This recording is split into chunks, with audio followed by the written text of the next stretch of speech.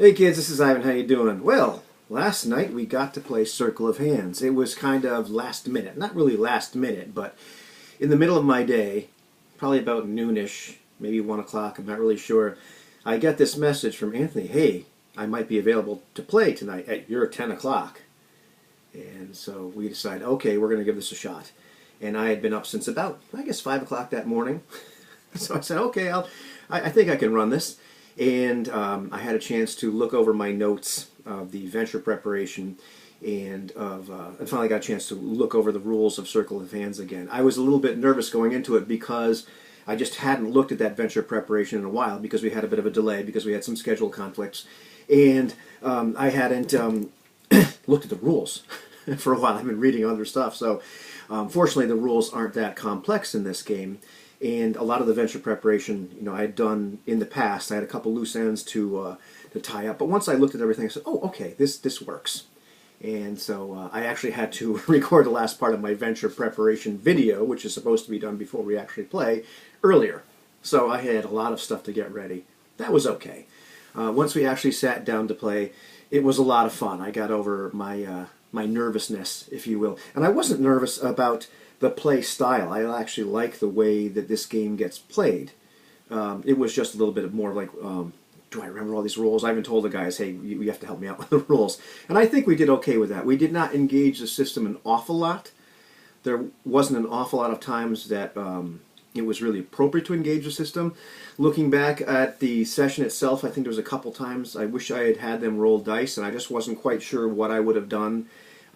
At the moment, I drew a blank, but there was a moment where Anthony's character, where Kai attempts to kind of flip up an eye patch on some fellow. And at the time, I figured based upon the relative quicknesses of the two fellows, it was almost a non-issue. However, looking back on it, I probably would have had him done at least a quickness versus 12 roll. The chances of him with a quickness of 7 rolling a 4 or less on 2d6, rather low, but it's a possibility, and that's why you roll the dice. So little things like that, I thought to myself, and there was a couple times when, the players didn't call for wits rolls. There were a few times when Eloy's character, Black Hadrick the Black, could have called for a wits roll, and I probably should have said, hey, do you want to make a wits roll here? Because, once again, we just hadn't been using the system in a while, so we didn't remember. But it wasn't a big deal. I don't think anything really was night and day different because we forgot to roll dice every once in a while. I also, it's funny, I like the way that we kind of learn the game in front of people. Not that that's why we put the video up, is just to have other people watch us, but sometimes, I think there's a lot of value in learning a game and showing what learning a game actually looks like. This is an actual game being played by actual people who actually can't remember how the game works and actually have to look the rules up. And so, I think that has a lot of value, just showing that sort of stuff live. And we did have to engage with flipping through the book several times to remember how certain parts of combat worked, versus how to handle something like ranged combat, and a lot of magic lookup. And because there were 3 wizards involved, the players chose Kai Ernst, who I was kind of, I thought Anthony would probably choose that character. It's a very, very compelling character. And also based upon the actual component that I revealed, I was pretty sure that character was going to get picked because it was a knowledge-based issue. And, Eloy brought Hadrick the Black back for a return, so we have these 2 wizards, so there's a lot of spells to look up, or magic to look up. And there was a wizard in the venture itself, so I had to have some magic lookup myself. I think we're just kind of scratching the surface of what we can do with the magic and Circle of Hands. These spells are the type of spells that I really like because they're very, very open-ended. They're very loose. They last for a scene.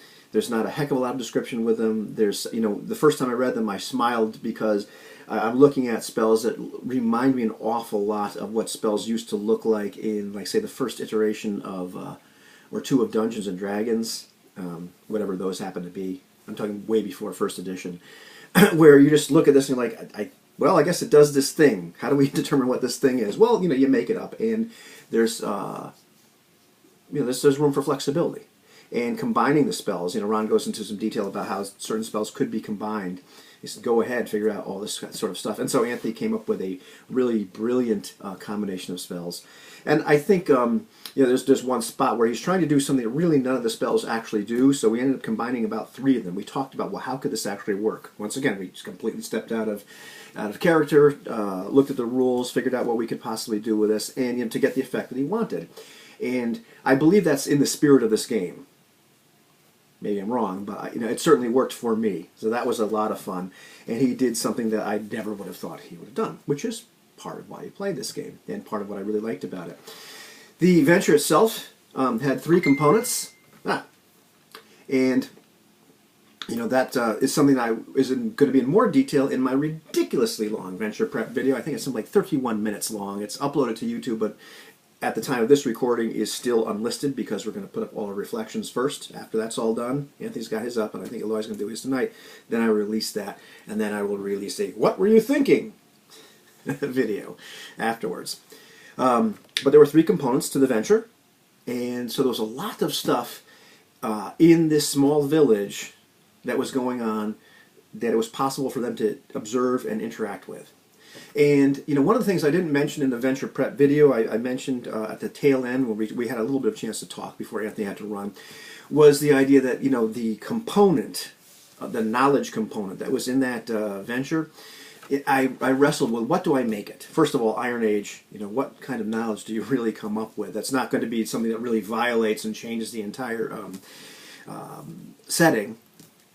And the other thing is, I realized, depending on what kind of knowledge I put in there, it might attract different Circle Knights. And, well, sure enough, it definitely attracted Kai Ernst. I was a little surprised that Eloy did not choose Falk Wolfram, because he's this other kind of scholar fellow that, would really be into something that, just screamed esoteric knowledge and writing and all this kind of stuff. But Hadrick the Black was great, too. I liked seeing that character come back. So it didn't really matter which Circle Knights showed up. It was what it was. And that's one of those things that I thought about a little bit after the game, during the game as well. We got to play for about not quite 2.5 hours, I don't think, by the time it all, somewhere around there. I'll have to look at the record. I'm kind of 2 minds about the session length for Circle of Hands. In some regards, because they're essentially one-shots, a venture is a venture. There's a beginning and an end. You don't return to that next session. I think to myself, gosh, a session, you ought to be able to carve out like 3 to 5 hours to actually play through this thing, to not kind of force it and rush it. As it turned out, we knew we only had about 2.5 hours to play. As it turned out, that was plenty of time. They interacted with what they interacted with. The situation came to a head. There was a satisfying conclusion. Decisions were made, actions were taken, things happened. And, I think it would have been kind of anticlimactic, for lack of a better word, had we continued on with the venture at that point. I think it ended just when it was supposed to. I don't know, sitting where I was, whether the players pushed that at all intentionally because of time constraints, or whether they simply just played their characters the way those characters would have acted in the situation. I tend to think it's the latter. And that's one of these reasons I'm kind of 2 minds about the time constraint. We talked about this just a little bit at the end, but it seems very obvious from having had experiences as a player and now watching other, just running the game and watching other people play, that depending upon the personality of the Circle Knight that shows up, they may act more decisively and faster. Also, depending upon the component that they interact with. Do they find something terribly objectionable about this component? Is there something that seems very out of place? And once again, that can be directly proportional to that particular Circle Knight. What do they find important, or what's their background, or what's their personality like? The faster that something shows up that they really don't like, that they make a decision about, the faster everything comes to a head. This probably, in terms of game time, like in-game time, was the fastest venture we've had. Faster than even Venture 1. It occurred within the space of a day, maybe a day and a half if you consider like what happened the next day. The kind of semi-anticlimactic ending to the venture itself. And I wasn't sure going in how long it was going to last in actual game time. I was prepared for it to last probably a couple seasons. I really didn't know how I was going to handle fast forwarding time, and it really depended upon what the players actually did, what the characters actually interacted with. And with the three components for them to interact with, there was a lot of stuff to, I don't want to say show them, but part of the game at least let you know that in the beginning scenes of the adventure they're going to meet the named characters, and so there were a few named characters for them to meet, and they went to the places where these named characters were, and so it happened relatively fast. And that brings me to, part of my reflections from the GM's chair is, it's a really good lesson in running a game like this with these very explicit instructions to do some things that I like to do anyway, which is, as a game master, you prepare something, you create something. And in this game, really what I'm creating was the actual community. Not a lot about it, but just kind of what's the feel, what's the vibe of this community. And then the named characters, like quite literally the stuff that I was accessing during the game itself were these 3x5 cards. these had our 4 named characters on them, and their stats, and a bunch of words about their personality, their appearance, and then on the bottom, like, what do they want? What are they all about? What's really important to them? That's pretty much it.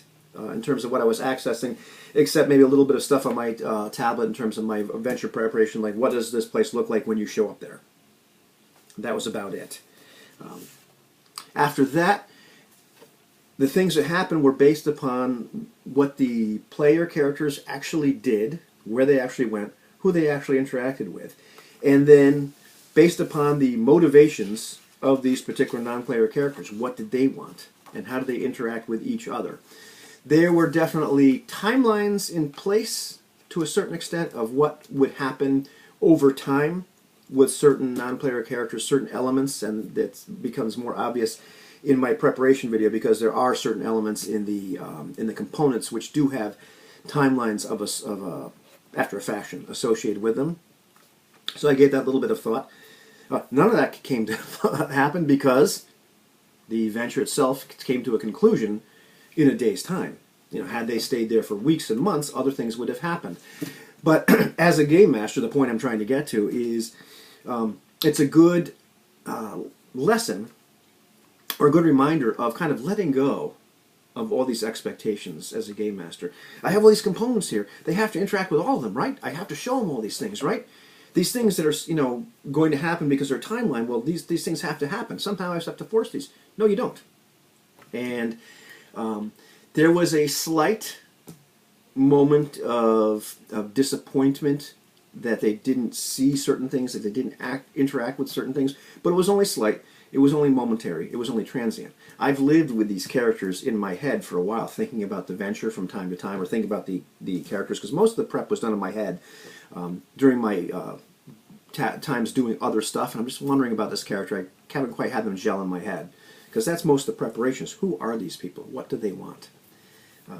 And so I'd done some work on them. I'd put some thought into them. But it's okay that they didn't find all the stuff out, that they didn't interact with these things. It was important for me to do these things, simply know who these people were, so that should they interact with them, should things happen, I know what these people would do. It's not necessary that those things happen. Those are two very different things. And this game really kind of brings that into sharp focus. So I'm happy with the way the adventure turned out. It was fun. It was fun to just kind of sit back and watch them do what they did, and then have the people react the way they did to them, to have the things that should happen. I will have that video more like what were you thinking, which really goes into detail, like why did these non-player characters do what they did in these situations? What was I thinking? What was my rationale behind that? But once the game got going, it was fun. It was fun to just kind of let them go and interact with what they found to be interesting. And it's another one of those great lessons that everything that was going on in this community, all the the various degrees of soap opera based upon 3 components, it wasn't necessary for them to interact with all that with all of that. there was no real plan for what's going to happen. I really had no clue what was going to happen, and I was very, very surprised by what they did.